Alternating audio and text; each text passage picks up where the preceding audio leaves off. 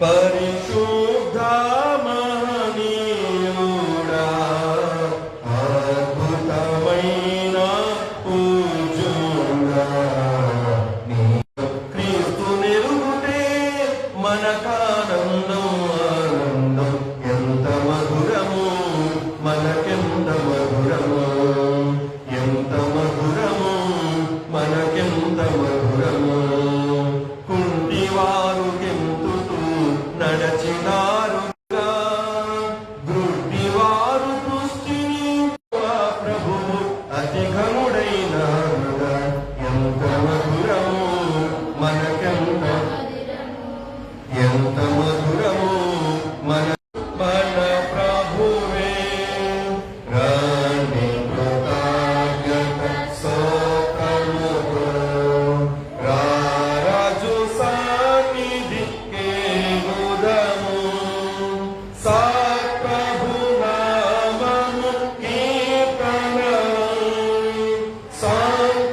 సంతోషగానము చేయుదము రాణి సాయుధము రక్షణ మన ప్రభువే సముద్రము సృష్టించి ఆయనవే సాక్షుని హస్తం నయ్యవి మనకెంతో మేలగు రాణి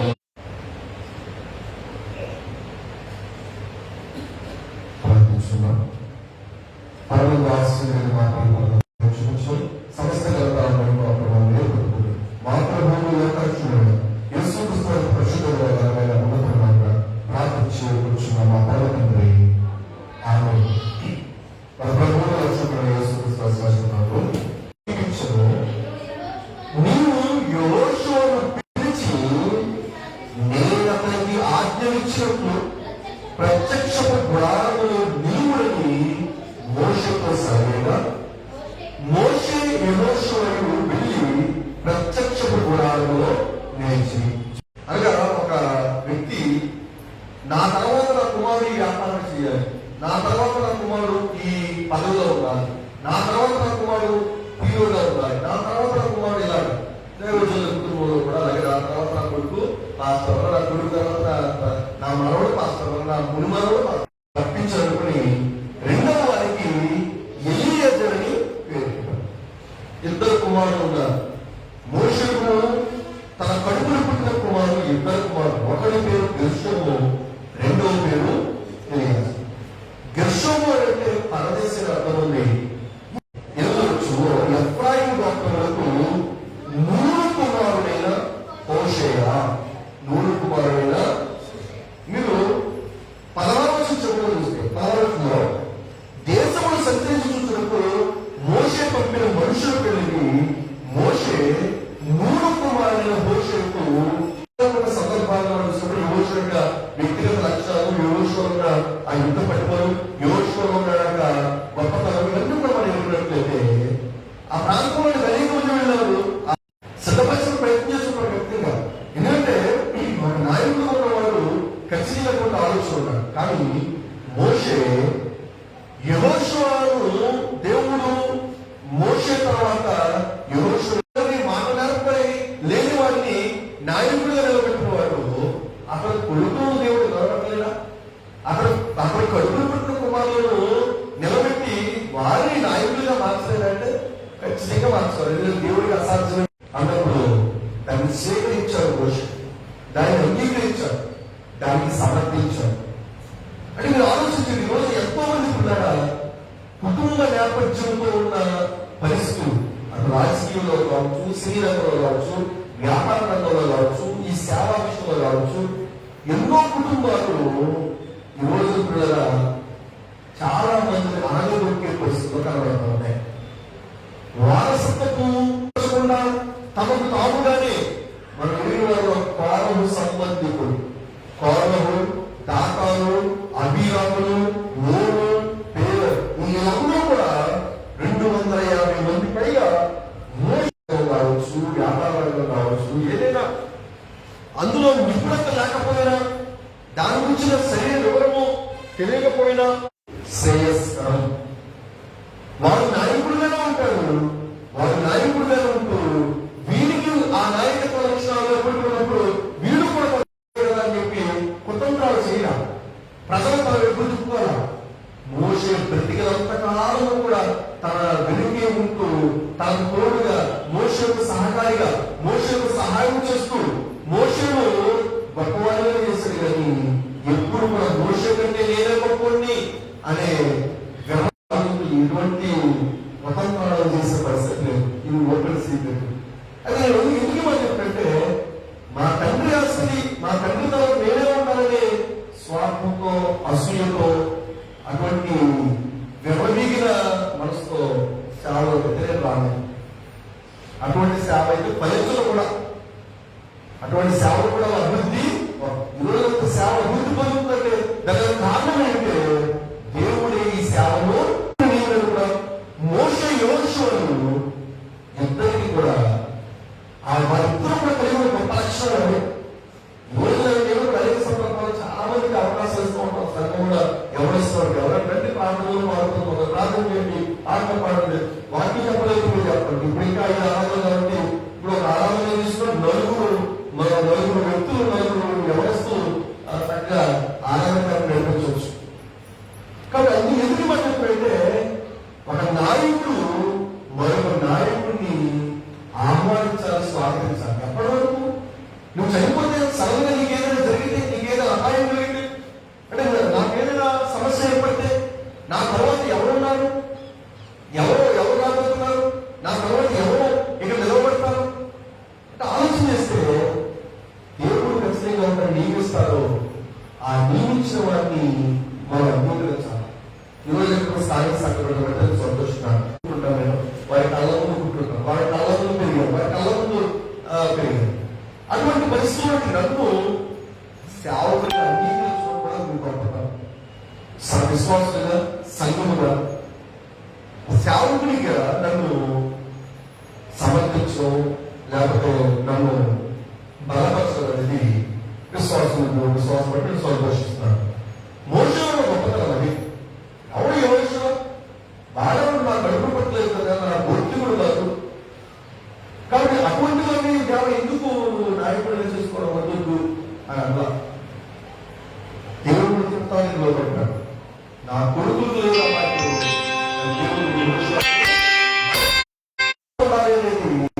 దేవుడు తన పరిశుద్ధ రాష్ట్రాల్లో దేవుడు కూడా ఆయన మాట్లాడారు. అందుకే నీ మరణము సమీపించను, నువ్వు యోషువను పిలిచి నేను అతనికి ఆజ్ఞాపించుతాను.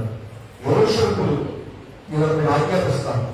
ఎలా ఉండాలి, ఎలా జీవించాలని నేను అతనికి తెలియజేస్తాను అని యోషువుకు దేవుడు మాట్లాడు. ఈరోజు నీ తర్వాత నీ వెనుకున్న వారిని ప్రార్థించాలి. వీడు నా కుటుంబుడైతేనే, నా ఇంటి వాడైతేనే, నా పెట్టుబడి పుట్టిన వాడైతేనే, నా రక్తము పంచులు పుట్టిన వాడైతేనే అనే భావనతో జీవిస్తే ఎవరు కూడా బయలుదేరాలి, ఎవరు కూడా బయలు కాదు. కానీ కొంతమంది వ్యక్తులు ఉంటారు, కోరవ కుటుంబంలో కోరవ సంతానం కోరవ సంబంధికులు అనేక మంది నాయకత్వాన్ని వ్యతిరేకిస్తూ నిలబడతారు. అటు వారిని దేవుడే బుద్ధి చెబుతాడు, అటు వారిని దేవుడే దండిస్తాడు, అటు వారిని దేవుడే గద్దించి బుద్ధి చెప్పి ఒక దినాన నువ్వు చేసిన తప్పేంటో దేవుడు ఖచ్చితంగా ఆయన తెలియజేస్తాడు. ఈరోజు అనేక మంది పిల్లల ఒక్క బుద్ధులు కలిగిన వారు ఉన్నారు, అసూయ బుద్ధులు కలిగిన వారు ఉన్నారు, స్వార్థ బుద్ధులు కలిగిన వారు ఉన్నారు. వారు నాయకుడు ఏంటి, వారు కంటే వారు కాదు మరో నాయకులుగా ఉన్నాం అని ప్రోత్సహించేటి పనులు ఉన్నారు, పనులు ఉన్నారు, కుటుంబీకులు ఉన్నారు, బంధువులు ఉన్నారు, సంఘస్థులు కూడా ఉన్నారు, విశ్వాసులు కూడా ఉన్నారు. అది ఎంత మాత్రం కూడా దేవుని దృష్టికి యోగ్యమైనది. ఎందుకంటే సంఖ్యలో ప్రధానించు ఆ కోరణ సంబంధికులు కూడా అలాగే వారి మోషకు వ్యతిరేకంగా ఉంటారు. వారిని దేవుడు ఎదుర్కోలేదు, దేవుడు వారిని ఏర్పరచుకోలేదు. దేవుడు వారిని మనం చూస్తుంటే ఇంకా ఇదే సంఖ్యాకాలంలో మనం చూస్తుంటే ఆహారంలో చిగురించిన చేతి కళ్ళ గురించి కూడా మనం ఆలోచించవచ్చు. అక్కడ కూడా దేవుడు ఎవరు ఎన్నుకోబడుతున్నారనేది కూడా ఆ భాగంలో మనం చూడవచ్చు. అని మీరు గమనించిన రోజున నీవు కూడా ఆ సంఖ్యకాల ప్రయోజనం కూడా ఆహారం చికిత్స కలగా అక్కడ మాత్రం అంటే దేవుడు ఎన్నుకునేవాడే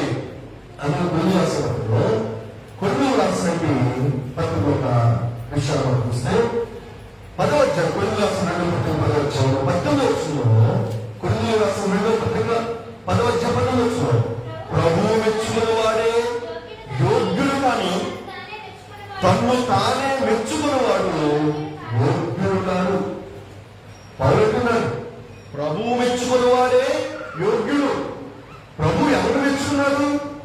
యెహోషువను మెచ్చుకున్నాడు. యెహోషువను మెచ్చుకోలేదు, ఎలియాజరును మెచ్చుకోలేదు, యెహోషువను మెచ్చుకున్నాడు.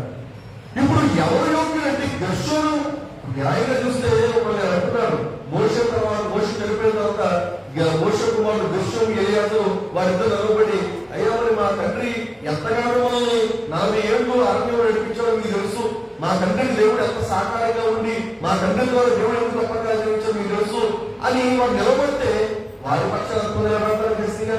అవును, మోషే కొడుకులు కదా మీరు, మోషే పెద్ద కొడుకు చిన్న కొడుకు కదా మీరు అని చెప్పి వారు కూడా గ్రూపులుగా తయారయ్యే పరిస్థితి ఏర్పడుతుంది. గొప్ప సంగతి, మోషే కుమారులు అటువంటి బుద్ధిహీనం చేయలేదు. మోషే కుమారులు ఇక్కడ మూడవ చూస్తే మోషే కుమారులు కూడా యెహోషువ నాయకత్వాన్ని సమర్థించారు, బలపరిచారు. అట్టి ఆలోచనతో పిల్లల ఈ రోజున నీవు ఉన్నారు. కానీ ఈ రోజు పిల్లల నాయకత్వం కోసం ఈ రోజు చాలా మంది అడుగులు చేస్తున్నారు, చాలా మంది ఆతృత పడిపోతున్నారు. మేము మేము మేము కూడా ఉన్నాం, మేము కూడా నాయకులు ఎక్కువ, మేము కూడా సేవలు, మేము కూడా ఏదో మంత్రులు ఎక్కువ, మేము కూడా ఏదో వీరులు ఎక్కువ. ప్రతి ఒక్కరు కూడా అంటే యోగ్యత లేదు. ఏంటి యోగ్యత? తను తాను అంటున్నామాట, ప్రభు మెచ్చిన వాడు యోగ్యుడు కాదు, తను తాను మెచ్చిన వాడు తను తానే నేను అనుకుంటాను వాడు నేను వాడికంటే బాగా పాడగలను, వాడికంటే నేను బాగా చెప్పగలను, వాడికంటే నేను బాగా డ్యాన్స్ చేయగలను, నేను వాడికంటే మంచి స్పీచ్ ఇవ్వగలను, వాడికంటే వాడికంటే వాడికంటే అని చెప్పి ఈరోజు ఇప్పుడు ఎంతమంది పిల్లల అనేక రంగాలను పాడు చేస్తున్నాం. అది వైద్య రంగం కావచ్చు, న్యాయవాద రంగం కావచ్చు, ఏదైతే కావచ్చు. అంటే వాళ్ళందరూ 2-3 టెక్నిక్స్ నేర్చుకుని వాటిని అనుసరించి ఈరోజు ఎంతో మంది పిల్లల ఆ నాయకత్వానికి ఉన్న ఆ వాటిని ఈరోజు అనేక మంది పిల్లల విడిచిపెట్టేవారు. కానీ దేవుడు ఎన్నుకున్నాడు యెహోషువ, దేవుడే ఏర్పరిచాడు యెహోషువ. దానికి వ్యతిరేకంగా మోషే నిలబడలేదు, దానికి వ్యతిరేకంగా ప్రభువు నిలబడలేదు, దానికి వ్యతిరేకంగా మోషే కుమారుడు కూడా నిలబడలేదు. రోజు నీవు నేను ఆలోచించేది, ఈరోజు నువ్వు ఎవరికి ప్రోత్సాహం నువ్వు కలిగిన వాడు ఉన్నావు. ఎన్నో సందర్భాలు చెప్తాడు, ఉన్న చోట సేవ చేయడం అనేది దానితో దౌర్భాగ్యం ఎక్కడ లేదు. ఉన్న చోటే హాస్పిటల్ ఉన్న చోట ఇంకొక హాస్పిటల్ కట్టడం అనేది దానికంత దౌర్భాగ్యం. ఒక పండ్ల వ్యాపారం పండ్ల వ్యాపారం చేసుకున్నాడు, ఆ వ్యాపారి ఆ పండ్ల వ్యాపారం చేసుకున్నప్పుడు ఆ పక్కనే ఇంకొక పండ్ల వ్యాపారం కట్టడం అనేది దానికంత దరిద్రం లేదు. అంటే ఇంక వేరే ప్లేస్ లేదు, ఇంక వేరే ప్రాంతం లేదా? ఆ ఉన్న వాటి దగ్గర వాడు ఏదో ఒక వ్యాపారం ప్రారంభించినప్పుడు ఆ ఉన్న చోట వరకు వ్యాపారం ప్రారంభించే ఉద్దేశం అంటే నీకు అంత అజ్ఞాని బుద్ధిహీనుడివి అంటే ఇక నేను అనడానికి మాటలు చెప్పుకోవాలన్నమాట. అంటే ఆలోచన లేదు. ఈరోజు ఏం చూసుకొని అటువంటి వ్యతిరేకత వస్తున్నాయి. వాడి కొట్టు దగ్గర కంటే నా కొట్టు దగ్గర క్వాలిటీ బాగుంటుంది, ఆ హాస్పిటల్ కంటే మా హాస్పిటల్ బిల్లు తక్కువ ఉంటుంది, వైద్యం బాగుంటుంది. ఎన్ని లోపంలో ఎన్ని ఆలోచనలు. మోషే యెహోషువ చూసినప్పుడు మోషే యెహోషువ ఇద్దరు కూడా ఆ యెహోషువ మోషే తర్వాత నాయకుడిగా ఉండి కొంత అర్థాన్ని కలిగి ఉన్నాడు. ఎప్పుడు కూడా మోషేకు వ్యతిరేకంగా నిలబడి మోషేను పక్కన పెట్టాల, మోషేను విడిచిపెట్టాల. మోషే చనిపోయినంత వరకు కూడా మోషేకు తోడు ఉన్నాడు. ఒక వ్యాపారం సక్సెస్ అవ్వాలి, ఒక ఏదైనా ఒక రంగంలో అభివృద్ధి, నువ్వు ఆ నాయకుడికి తోడుగా ఉండు. ఏమో అతను కాలం చేస్తాడు, నువ్వు కాలం చేస్తాడు తెలియదు, ఎవరు ముందు కాలం చేస్తాడు తెలియదు. ఆ కథలతో కార్యభారాన్ని వహిస్తే అది గౌరవం.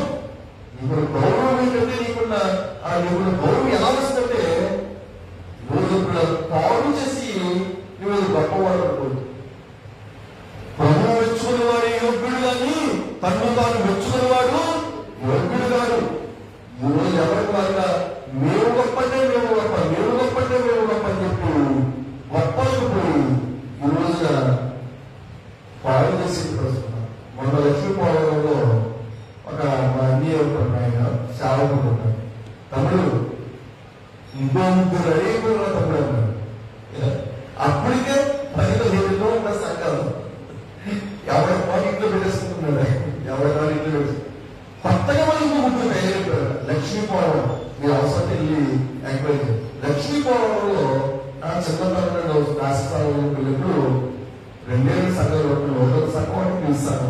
ఈ రెండే తర్వాత పెద్దగా సేవకులే వచ్చింది. ఆ తర్వాత పెద్దగా అందులో ఎవరో ఆ లోన తెలుసు నుంచి ఎవరో బయటకు వచ్చారు. ఆ తర్వాత పిలుస్తాను ఒక బయటకు వచ్చారు. ఆ తర్వాత సేవకుల నుంచి ఒక బయటకు వచ్చారు. ఆ తర్వాత పేటల నుంచి ఒక బయటకు వచ్చారు. ఆ తర్వాత మళ్ళీ ఎవరో అక్కడ ఎవరో బయటకు వచ్చారు. అంటే ఏమైపోయింది? చిన్న గ్రామం అది. ఆ గ్రామంలో ఇంకా మైకులు మోత, నా వైపు చూడు, నీ వైపు చూడు, ఇది గొడవ. ఎందుకు విషయం అంటే ఏమైంది నీకు ఈరోజు నా యొక్క సేవకుడు ఉండు. సేవ లేని చోట సేవకుడుగా ఉంటే నీకు వెళ్తాను. సేవ ఉన్న చోట నేను ఒక సేవకుడు చెప్పుకోవడం అనేది అది నీకు ఉన్న గొడవలు. ఇంకా నీ అంత దరిద్రుడికి అవడం. మోషే యెహోషువలు యుద్ధంలో ఉన్న గొప్ప గుణలక్షణాలు చూస్తే యెహోషువ నాయకత్వ లక్షణాలు ఉన్నాయి. కానీ ఎంత మాత్రం కూడా యెహోషువ మోషేకు వ్యతిరేకంగా ఉన్నాడా? మోషేను సపోర్ట్ చేస్తూనే ఉన్నాడు. సపోర్ట్ చేయాలి, ఒక పనిని సపోర్ట్ చేయాలి. దాన్ని పాడు చేసి నేను నాయకుడు అంటే దేవుడు దినాన నీ పనితనాన్ని అగ్నేషిస్తుంది. ఒక కర్మతో వెన్నుకోవడం బంగారంతో కంటే అది అగ్నే చెబుతుంది.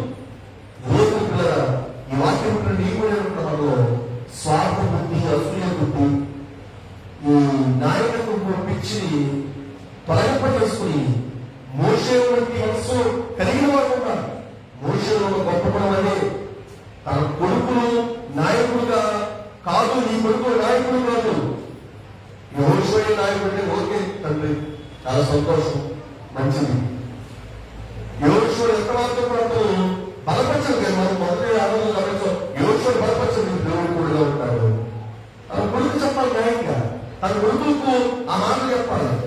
ఒక తన కొడుకు తయారు చేసుకుని యెహోషువ దేవుడు నాయకుడు ఉంటున్నాడు. కానీ నేను చచ్చిపోయిన తర్వాత మీరు మెల్లగా యెహోషువని చేయండి, పక్కన పెట్టేది యెహోషువను మీరు ఏదో చేసి మీరు నాయకులు ఎక్కువండి అని ఒక్క బుద్ధి, కుట్లతో, కోడలతో ఈ కుతంత్రాలు వచ్చి ఇలా తలుచుకుంటే పెద్ద కష్టమే ఉంది. 2 కొడుకు ఉన్నారు. యెహోషువను వట్టి పెట్టడం పెద్ద కష్టమే ఉంది.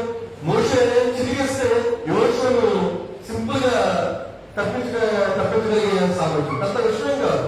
మోషే పెద్ద కష్టమేం కాదు. అంత నాయకుడు ఉన్నాడు. మోషే మాట వింటే మోషే ఒక్క మాట వింటే యెహోషువను వట్టి పెట్టేస్తారు. ఈ వీణా నాయకుడు అయితే ఎవరు పొడవైనా ఎవరైనా వాడు ఎందుకు ఆ చిన్నపిల్లల సైతం వాడు సంబంధించిన పెట్టారు? ఆలోచించండి. యుద్ధ రోడ్లు పుట్టువాడు ఎక్కడని తుప్పు చేసుకుంటారు. ఎవరిలోకి వస్తే నా తర్వాత రాజు నా కొడుకు అవ్వాలి, కానీ ఎవరో రాజేంటి అని 2 సంవత్సరాల వయసులతో అందరూ కూడా చంపించేశారు. అంటే ఆలోచించాడు. మోషే అటువంటి వర్గ బుద్ధి లేదు, అటువంటి కోర బుద్ధి, కుటుంబం లేదు. మళ్ళా యెహోషువ కూడా గమనించాలి. యెహోషువలో నాయకత్వ లక్షణాలు మోషే లేదు. తను గ్రూప్ చేసుకోరా, తన టీంని ఏర్పాటు చేసుకోరా. మోషేతోనే ఉన్నాడు, మోషేతోనే కొనసాగాడు, మోషేనే వెన్నట్టు ఉన్నాడు. అది నిజమైన నాయకుడు లక్ష్యం. ఒక్కడే ఎన్ని చేయాలి? ఇప్పుడు నేను ఒక్కడిని ఎన్ని కార్యక్రమం చేయాలి? ఇప్పుడు నాకు సపోర్ట్ గా నువ్వు ఉంటే నీకేమొచ్చి తెలుసుకో అదే కాదు. నాకు ఒక ఫ్లెక్స్ ఉండాలి, నాకు ఒక బోర్డు ఉండాలి, నాకు ఒక సంఘం ఉండాలి, నాకు ఒక క్యారెక్టర్ ఉండాలి, నాకు ఒక ఐడెంటిటీ ఉండాలి. అది కోరుకుంటే నువ్వు అసలు నాయకుడివే కాదు, అసలు సేవకుడే కాదు. రోజు ఆలోచించండి. డబ్బులు కదా పార్టీలు పెట్టేసే పరిస్థితుల్లో పార్టీలు మనం వేరే రకం ఉండవచ్చు. పార్టీలు పెట్టే వాళ్ళు ఎన్ని పార్టీలు వచ్చినాయో ఏది కూడా పిల్లగా నిలబడిన పరిస్థితి మనం వస్తుంది. లోపల కూడా నీ కూడా ఏదైనా చేయవచ్చు, చాలా చేయవు కరెక్టే, కానీ నిలబడదు, అది నిలవదు. దేవుడు ఏర్పరచుకొని అది ఎన్ని శోధన వచ్చా, ఎన్ని సమస్యలు వచ్చా అది నిలుస్తుంది. చాలా మంది ఇక్కడ సేవ నిలవదు, ఇక్కడ సేవ పడిపోయింది, ఇక్కడ సేవ మొత్తం లేదు అనే ఒక దుష్ప్రచారాన్ని ప్రచారం చేశారు. ఇంక తర్వాత మన ఇక్కడ రాజ్యం దేవుడు గొప్ప రీతిగా, అద్భుత రీతిగా, ఆశ్చర్యరీతిగా ఈనాడు సేవ ఇట్లా అభివృద్ధి చేస్తున్నారంటే ఇది దేవుని యొక్క యాత్ర, దేవుని యొక్క చిత్తం. అనేక మంది అనేక ప్రాంతాల నుంచి తెలియకుండా వచ్చి ఇక్కడ ఈ కార్యక్రమం పాల్గొనుకుంటున్నారు. వారికి నా గురించి తెలియదు, నేను ఎవరో తెలియదు. వారికి నా దగ్గర ఏదో వరాలు ఉన్నాయని వారిని ఆకర్షించేంత అజ్ఞానం లేదు. కేవలం క్రీస్తు సంఘము ఇది సత్యం ప్రకటించబడుతుంది, నిజమైన వాక్యం ప్రకటించబడుతుంది, ఇదే నిజమైన సంఘం అని చెప్పి అనేక మంది అనేక చోట్ల నుండి రాగలుగుతున్నారు. కారణం అంటే ఇది దేవుని యొక్క జ్ఞాపకం, దేవుని నియమించిన గొప్ప. కాబట్టి ఈ గొప్ప స్థితిని ఈరోజు మనుషులు విడిచిపెట్టి ఎవరెవరో అనామకులందరినీ కూడా వెనకేసుకొచ్చి పరిజ్ఞానం వాళ్ళందరూ కూడా ఈరోజు అనేక మంది కూడా ప్రార్థించి చివరికి దేవుని పైన పాడు చేసి తాను సంబంధితులే ఉంటూ చివరికి దేవుడు వచ్చే పర్వత రాజ్యానికి వారసు కాలేకపోతారు. రోజు రాత్రి దేవుడు గమనించండి. 31 చూసినప్పుడు మోషే యోషువలో వారి గొప్ప లక్షణం, మోషే కుమారుడు గొప్ప లక్షణాలు ఈ విధంగా నీ ఇంటర్ ఆరాధనలో వింటున్నప్పుడు నీ ఆలోచన నేను స్వార్థం బుద్ధి, అసూయ బుద్ధి, కుట్లత్వము, క్రూరత్వము, కుటుంబాలు ఇటువంటి వాటిని కళ్ళు తెలుస్తుంది. నిజమైన నాయకుడిగా, నిజమైన సేవకుడిగా, నిజమైన వ్యాపారస్తుడిగా, నిజమైన ఒక వ్యక్తిగా నువ్వు జీవించగలిగితే దేవుని తగిన మెప్పును నీకు ఖచ్చితంగా ఇస్తాను. మనుషుల మెప్పు కాదు, మనుషులు నిన్ను మెప్పించుకోవడం కాదు, నేనంత గొప్పవాడి, నేనంత గొప్పవాడిని అని చెప్పడం కాదు. దేవుడే నిన్ను మెచ్చుకుంటే దేవుడు నువ్వు ఉన్నత వయసులోకి ప్రకటిస్తాను. నేనంతటి వాడు, నా గొప్పతనం ఉంది, దేవుడిచ్చిన గొప్పతనమే, దేవుడు చేసిన గొప్ప కార్యం కొత్తపేట చూస్తున్నటువంటి రోజున అనేక మందికి తెలిసిన గొప్ప సత్యం. రోజు రాత్రి కూడా ఆలోచించడం ఒకవేళ మనము అటువంటి స్వార్థపూర్వకులు ఉంటుంది, అటువంటి కుటుంబాలతో కూడిన పరిస్థితులు ఒకరు ఉన్నట్లయితే వాటిని విడిచిపెట్టాలి. అటువంటి వారితో సహవాసం కాదు, అటువంటి వారిని ప్రోత్సహించాలి, అటువంటి వారిని మనల్ని బలపరచడం చేస్తే అది నీ ఆత్మీయ జీవితానికి ఆనందంగా నిలుస్తుంది. నీవు అపరాధం చేసే వాళ్ళతో ఆరని నరకాలకు పడిపోయే ప్రమాదం. నిజమైన సేవ, నిజమైన నాయకత్వం, నిజమైన పనిని నువ్వు ప్రోత్సహించినప్పుడు మాత్రమే నీవు నీ కుటుంబం, నీ ఆత్మీయ జీవితం అభివృద్ధి ఎవరు విధివరకులో తొలగించవచ్చు. వాటి ముగిస్తూ నీకందరూ ప్రత్యేకంగా పొందాలని చేస్తుంది. తదుపరి మనం బలవంతం మనం